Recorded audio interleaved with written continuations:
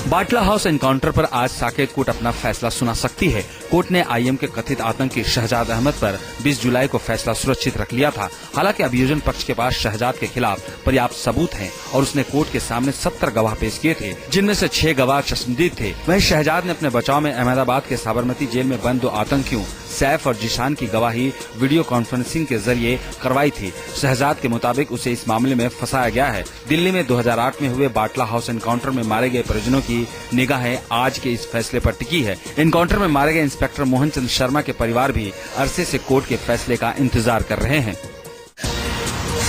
Delhi gang rape case में juvenile justice board का आज आने वाला फैसला टल सकता है, क्योंकि सुब्रमण्यम स्वामी ने नाबालिग की उम्र 16 साल करने को लेकर एक याचिका सुप्रीम कोर्ट में दायर की है, जिसकी सुनवाई 31 जुलाई को होनी है। ऐसे में juvenile justice board supreme court के फैसले का इंतजार कर सकता है। वैसे इससे पहले जुवेनाइल जस्टिस बोर्ड एक बस में हुई डकैती के मामले में फैसला सुना चुका है और अब उसे गैंग रेप पर फैसला सुनाना है। वहीं साकेत की फास्ट ट्रैक कोर्ट ने भी दिल्ली रेप केस के बाकी 4 आरोपियों की सुनवाई भी अगले महीने सुना सकती है। वैसे इस मामले में एक आरोपी राम सिंह ने तिहाड़ में ही आत्महत्या कर चुका है।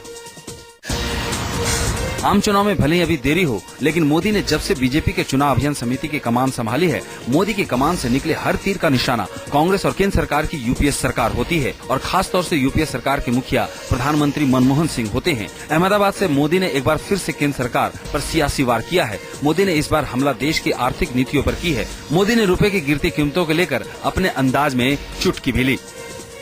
प्रधानमंत्री जी, आपके अर्थशास्त्र में पैसे पैर पर उगते हो या न उगते हो, हम गुजरातियों की समझ है, हम मानते हैं पैसे खेत में भी उगते हैं, पैसे कारखाने में भी उगते हैं। नरेंद्र मोदी को अमेरिकी वीजा दिलाने की मुहिम पर बीजेपी अध्यक्ष राजनाथ सिंह को उस वक्त झटका लगा जब देश के 65 सांसदों ने अमेरिकी राष्ट्रपति बराक ओबामा के पास मोदी को वीजा न देने की अपील की खबर आई। इस खबर के आते ही बीजेपी अध्यक्ष ने सुर बदल लिए और मोदी के वीजा मसले पर यूएस एडमिनिस्ट्रेशन के ऊपर जिम्मेवारी छोड़ दी। उन्होंने 2 टूक में कहा कि इस मसले को इशू बनाने की जरूरत नहीं है, मोदी को वीजा देना और नहीं देना यूएस एडमिनिस्ट्रेशन का काम है। वही अमेरिकी वीजा न दिए जाने की अपील करने वाले सांसदों के पत्र में फर्जीवाड़ा सामने आया है। अभी तक 10 सांसदों ने इससे इनकार किया है। राष्ट्रपति प्रणब मुखर्जी के राष्ट्रपति के तौर पर कार्यकाल का आज 1 साल पूरा हो रहा है। इस मौके पर प्रणब मुखर्जी महात्मा गांधी की कांस्य प्रतिमा का अनावरण करेंगे, लेकिन दिन की शुरुआत राष्ट्रपति भवन में रहने वालों के लिए पब्लिक लाइब्रेरी का उद्घाटन से करेंगे। पब्लिक लाइब्रेरी में सभी उम्र के लोगों के लिए किताबें, समाचार पत्र और पत्रिकाएं होंगी। इसके साथ बच्चों का एक विशेष खंड भी होगा। युवा छात्रों के लिए परीक्षाओं की तैयारी के लिए डिस्कस रूम भी होगा। वहीं राष्ट्रपति प्रणब मुखर्जी आज ही दुर्लभ तस्वीरों के डिजिटलीकरण की परियोजना शुरू करेंगे। वैसे राष्ट्रपति प्रणब मुखर्जी ने 1 साल के कार्यकाल में 2 बार विदेश दौरा किया है और कई अहम फैसलों पर मुहर लगाई है। दिल्ली में एक बार फिर से एक ट्रक अपने ही रफ्तार के कहर का शिकार हो गया। ये घटना हुई है दिल्ली के मोदी मिल फ्लाईओवर पर। जरा देखिए, ट्रक फ्लाईओवर के नीचे गिरने के बाद पलट गई, जिससे ट्रक का ड्राइवर पूरी तरह से घायल हो गया। पुलिस की इसकी सूचना मिलते ही भागी भागी पुलिस मोदी मिल फ्लाईओवर पहुंची। घायल ड्राइवर को एम्स के ट्रॉमा सेंटर में भर्ती करवाया गया, जहां उसका इलाज चल रहा है। लेकिन पुलिस अब जांच कर रही है कि दुर्घटना फ्लाईओवर के तीखे मोड़ की वजह से हुई या फिर ड्राइवर नशे में था। यूपी में अपराध रुकने का नाम नहीं ले रहा है। आए दिन होती वारदातों से लोग अपने आप को बाहर और यहाँ तक कि घरों में भी सुरक्षित नहीं मान रहे हैं। ताजा मामला यूपी के हाईटेक शहर नोएडा का है, जहाँ एक पौष इलाके गामा में बदमाशों ने एक घर में घुसकर 28 साल की महिला नेहा की हत्या कर दी और घर की कीमती सामान लेकर चंपत हो गए। मामले का खुलासा तब हुआ जब महिला का पति घर पहुंचा। घर आने पर पति ने नेहा की लाश को स्विमिंग पूल में पड़ा देखा। नेहा के खून से पुल का सारा पानी लाल हो गया था। नेहा के पति ने तुरंत ही इसकी सूचना पुलिस को दी। बहरहाल पुलिस पूरे मामले की जाँच में जुट गयी और अपराधियों की खोजबीन में लग गयी है। ये तस्वीरें बताने के लिए काफी है कि इस लड़की के साथ किस तरह का वाकया पेश आया होगा। तस्वीरें देखकर आपका भी दिल दहल जाएगा। मामला है हैदराबाद के बेगमपेट की। 12वीं में पढ़ने वाली 17 साल की रिया कोचिंग से अपने दोस्त के साथ घर वापस लौट रही थी, लेकिन सड़क टूटी होने की वजह से बाइक से वापस लौट रही रिया और उसका दोस्त सड़क के बीचों बीच गिर पड़े। रिया का दोस्त जल्द ही उठ खड़ा होकर रिया को उठाने की कोशिश कर रहा था, तभी स्टेट परिवहन की एक बस ने रिया को कुचल दिया और इस घटना में रिया का दोस्त पूरी तरह से घायल हो गया। लेकिन उस वक्त सड़क से गुजर रहे लोगों ने रिया और उसके दोस्त को अस्पताल में भर्ती कराया, लेकिन रिया की अस्पताल पहुंचने से पहले ही मौत हो चुकी थी, जबकि गंभीर रूप से घायल उसके दोस्त का इलाज चल रहा है। फिलहाल पुलिस ने मामला दर्ज कर लिया है और इस घटना को आंध्र प्रदेश मानवाधिकार आयोग ने भी गंभीरता से लेते हुए राज्य के लोकायुक्त के पास महानगर निगम के खिलाफ शिकायत दर्ज करवाई है। हरियाणा के झज्जर जिले के पहाड़ीपुर गांव के ये वो किसान हैं जिन्हें सरकार ने 4 साल बाद इनके फसल के बर्बाद होने का मुआवजा दिया है। लेकिन जब आप सुनेंगे कि मुआवजे की राशि क्या है तो आपका भी माथा ठनक उठेगा। सरकार ने किसानों को मुआवजे के तौर पर 2 या 3 रुपए का चेक दिया है। यकीन करना मुश्किल है लेकिन ये सच है। दरअसल साल 2009-2010 में जब झज्जर जिले में इन किसानों की खेती बारिश के चलते बर्बाद हो गई थी, हजारों रुपए के खड़ी फसल तबाह हो गए थे, तब पहाड़पुर गाँव के ही करीब 250 किसान प्रभावित हुए थे। जिसके बाद सूबे के मुख्यमंत्री भूपेंद्र सिंह हुड्डा ने किसानों के लिए मुआवजे का ऐलान किया था। सरकार की ओर से मुआवजा भी मिला, लेकिन 1 एकड़ के 2 रुपए, 2 एकड़ के 6 रुपए और 4 एकड़ के 10 रुपए। ये किसानों के साथ मजाक नहीं तो और क्या है। 1 एकड़ के हिसाब से उन्होंने 6 रुपए के चेक कमाए हैं, वो भी 6 जगह। क्या हम 36 रुपए के हकदार है? अयुब चेक का कूड़ादान में गिरा, क्या करें इसका? इससे लेना देते थे गवर्नमेंट अच्छी रहती, क्यों हमारे साथ मजाक करे?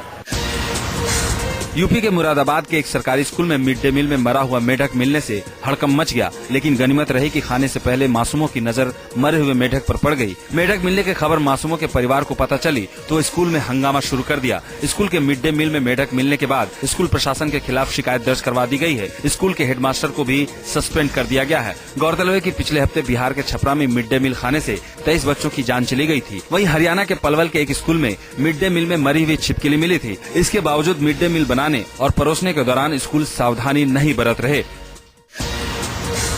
सोलर घोटाले की जांच को लेकर केरल हाईकोर्ट की तीखी टिप्पणी के बाद कांग्रेस केरल के मुख्यमंत्री ओमान चांडी पर फैसला लेने से बच रही है। कांग्रेस राजनीतित्व का कहना है कि फैसला पार्टी आलाकमान को करना है, जबकि पार्टी हाईकमान ने संकेत दिए हैं कि हाईकोर्ट का निर्णय आने के बाद फैसला लिया जाएगा। विपक्ष की ओर से इस्तीफे का दबाव बढ़ाए जाने के बाद मुख्यमंत्री चांडी और केरल कांग्रेस के अध्यक्ष रमेश ने तिरुवनंतपुरम में कहा कि 28 और 29 जुलाई को पार्टी हाईकमान की बैठक में इन सभी मुद्दों का हल निकाल लिया जाएगा। चांडी का यह बयान हाईकोर्ट की उस टिप्पणी के बाद आया है जिसमें जांच की प्रकृति से नाखुश होकर अदालत ने विशेष जांच दल के प्रमुख तलब करने की चेतावनी दी थी। बहरहाल मुख्यमंत्री चांडी ने इस्तीफा देने से साफ इनकार कर दिया है।